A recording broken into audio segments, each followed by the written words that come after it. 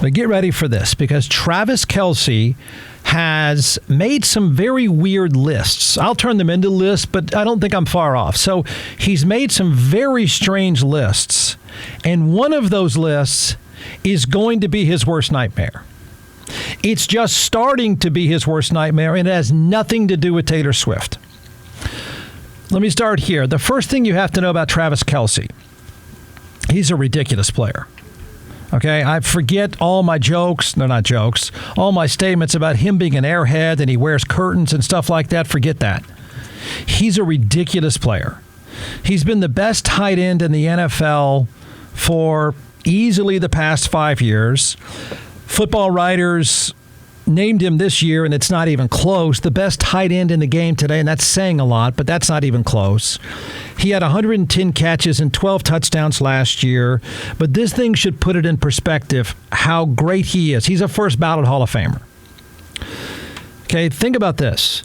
In the postseason, he has 133 catches, something like 1,550 yards, and 16 touchdowns. That's a tight end. I know. He plays with Patrick Mahomes. I get it. But that's not minimizing his greatness. In fact, to put it how great he is in perspective, think about this. He is second only to Jerry Rice in all those categories. Okay, Jerry Rice isn't just the best receiver the game has ever known. In my opinion, Jerry Rice is the best offensive player of all time. Travis Kelce is second to Jerry Rice. That's ridiculous. Now, he's also kind of this lovable, goofy publicity hound. He's a great pitchman. He's an airhead, but he's seemingly pretty likable. Got it? There's that part. He's also part of the second most high-profile story of the NFL season. I'm going to say second, although I think you could easily say, shut up, Jeff, it's first. But his relationship, or as I like to say, a marketing merger. That's what I'll call it. You can say it's love all you want. I don't care. I'm going to call it a marketing merger with Taylor Swift. The most high-profile story, I think, of the first 6 weeks of the season was Aaron Rodgers' injury after 4 plays. I mean, that turned, I would say Taylor Swift saved the NFL. Publicly saved the NFL. That turned the season on its head. Everything we thought we were going to see, everything we thought we were going to be talking about, all that cool drama that was built up was over in less than 5 minutes. But the second biggest story of the NFL season is his marketing merger or love or whatever you want to call it with Taylor Swift. There's no getting around it. So it's the second most high profile, and it's going to be every single week as long as she's hanging around. Okay? He's made another list. Okay? He is easily, I don't even think this is debatable either. He's easily the most popular NFL player now with females 12 to 50. Easily. Right? I have a girl that runs through my house and says his name.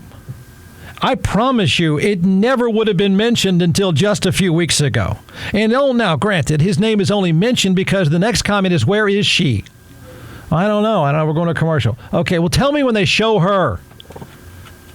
You know, Travis Kelce's girlfriend? That. So he is the most popular player, likable player among females 12 to 50. He's a rock star to females 12 to 50. They even like the curtains that he wears. The guy is just a ridiculous dresser. But they love him. That is until Taylor Swift drops him or something like that, okay? I've already decided how I'd like that thing to end, and it's dark and it's disturbing, but I'll leave that. So he's made these lists, and it's pretty entertaining, and the NFL is milking it for all that it can. He's also made an unfortunate list. I knew it was coming. I knew it. I knew it because I know the crowd. I know them well. I've been in talk radio. I know them. He's made a nightmare list. And this list you may not know about yet, but I knew this list was coming. I knew his name was going to move straight to talk radio chum in the water, and he has. He is now chum in the water for a completely different reason that has nothing to do with Taylor Swift or football or any of that stuff. I can't believe, to be honest with you, it took this long. I really thought within 30 minutes after the commercial aired, I thought he was going to be chum in the water. But it's taken a little while. And how it got started was fairly predictable as well. When I saw the ad mixed in with all the other Travis Kelce ads, even his brother jokes on their podcast that he's in an ad every 45 seconds, and it's not that far off. But mixed in there, nobody seemed to be paying attention. I did, because I know when someone's going to be chum in the water. When the right-wing nut jobs come for you, I know when it's coming. So it was a matter of time before the anti-vaxxers caught on. Yep. The anti-vaxxers caught on, and the most bizarre reason. You know, I told you the entire offseason of all the great things football-wise about Aaron Rodgers. He is a tinfoil hat-wearing knucklehead. Got it? He tries to hide it every now and then, but he is a tinfoil hat-wearing knucklehead. He is. He's all in. And if you're part of that crowd, I don't care that I'm offending you. I get it. Trust me, I get it. So it started when Aaron Rodgers gave the other tinfoil hat-wearing knuckleheads the go-ahead. And now the fringe nut jobs are coming for Travis Kelce. Didn't have a crazy game, and Mr. Pfizer, we kind of shut him down a little bit. He didn't have his like crazy impact game. Obviously, he had some yards and stuff, but I felt like for the most part, we played really tough on defense, especially the last three quarters. And yeah, see that chuckling in the background is because I caught it. I knew it was coming before, as soon as I saw the ad. As soon as the ad shows him smiling as a nurse puts a Band-Aid on his tricep. It's a big one, too. I knew it. Oh, boy. Here they come. Look out, buddy. Look out, man. It's all fun and games right now. Not now, buddy. You're in the chat rooms. And Aaron Rodgers threw the grenade, because that's what Aaron Rodgers does. See, he's a little whiny and weepy right now because he's not playing. And guess what? Everyone's paying attention to Travis Kelce and Taylor Swift, and he doesn't like that because he's kind of a drama king himself. So he's turning into crabby Aaron Rodgers. And when he turns into crabby Aaron Rodgers, that's when he starts doing this stuff. That's just the way he operates. It's pretty much why the Green Bay Packers wanted nothing to do with him anymore, because he's a pain in the ass. So here we go. It's Mr. Pfizer, the greatest tight end of all time, is also Mr. Pfizer, the greatest tight end of all time. Next thing we hear, he's going to be arm in arm with Anthony Fauci. The same person that killed Damar Hamlin. You knew he's dead, right? Fauci killed him because the NFL is in bed with Big Pharma. They just found a body double. That's the narrative from a year ago, and I wouldn't be shocked that Aaron Rodgers doesn't trot that one out there too soon. So, you know what none of us ever wanted to do again? I know this. We never wanted to say social distancing again the rest of our lives, right? We never want to say COVID and vaccine. We never want to debate COVID and vaccines ever again.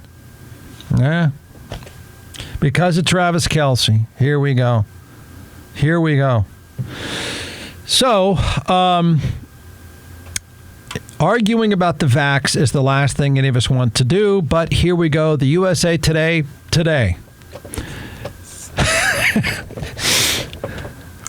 Aaron Rodgers is a fool. Yeah, I've been saying that for a while, but okay.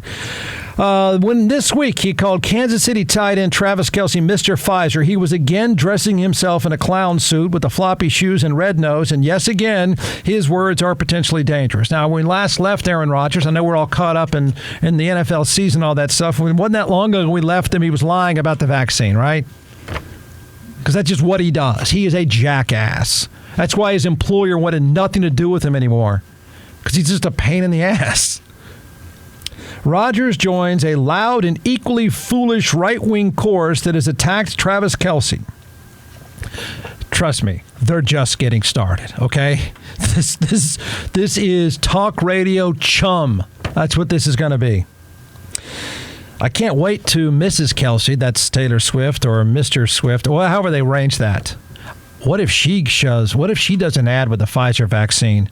We're going to have females of America fighting the right-wing nut jobs. Rodgers joins an equally foolish right-wing chorus that has attacked Kelce.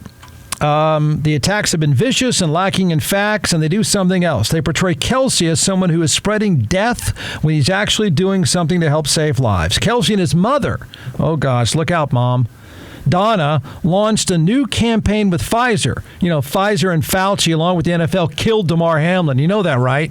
It's a body double. The vaccine killed him. Where have you been? You've got to follow Aaron Rodgers to learn this stuff.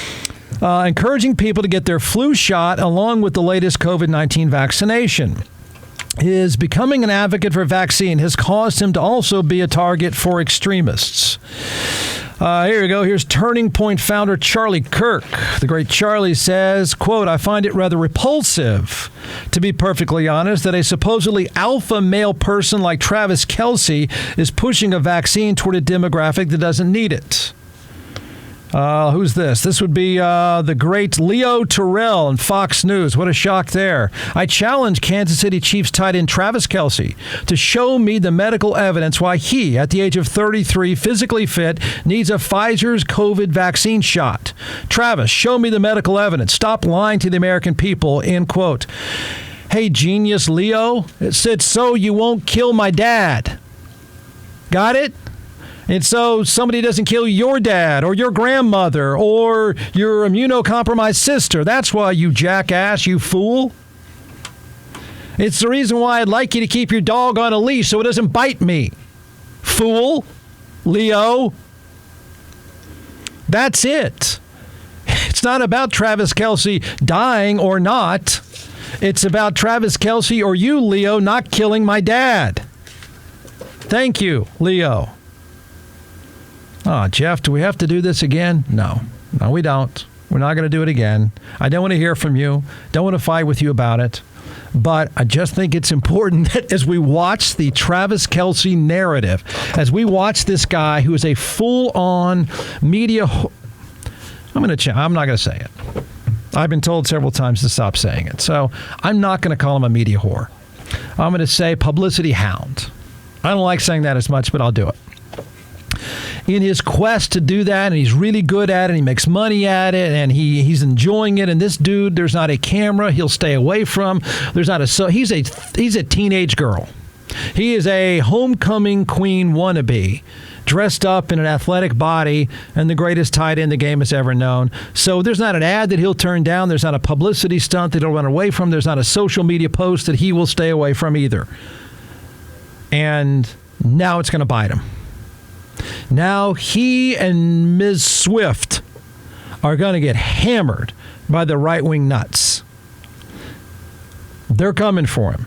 This is one of the most bizarre demographic setups that I've seen in a long time. He is loved and worshipped by 12 to 50-year-old females. At the same time, he's going to be despised by talk radio knuckleheads.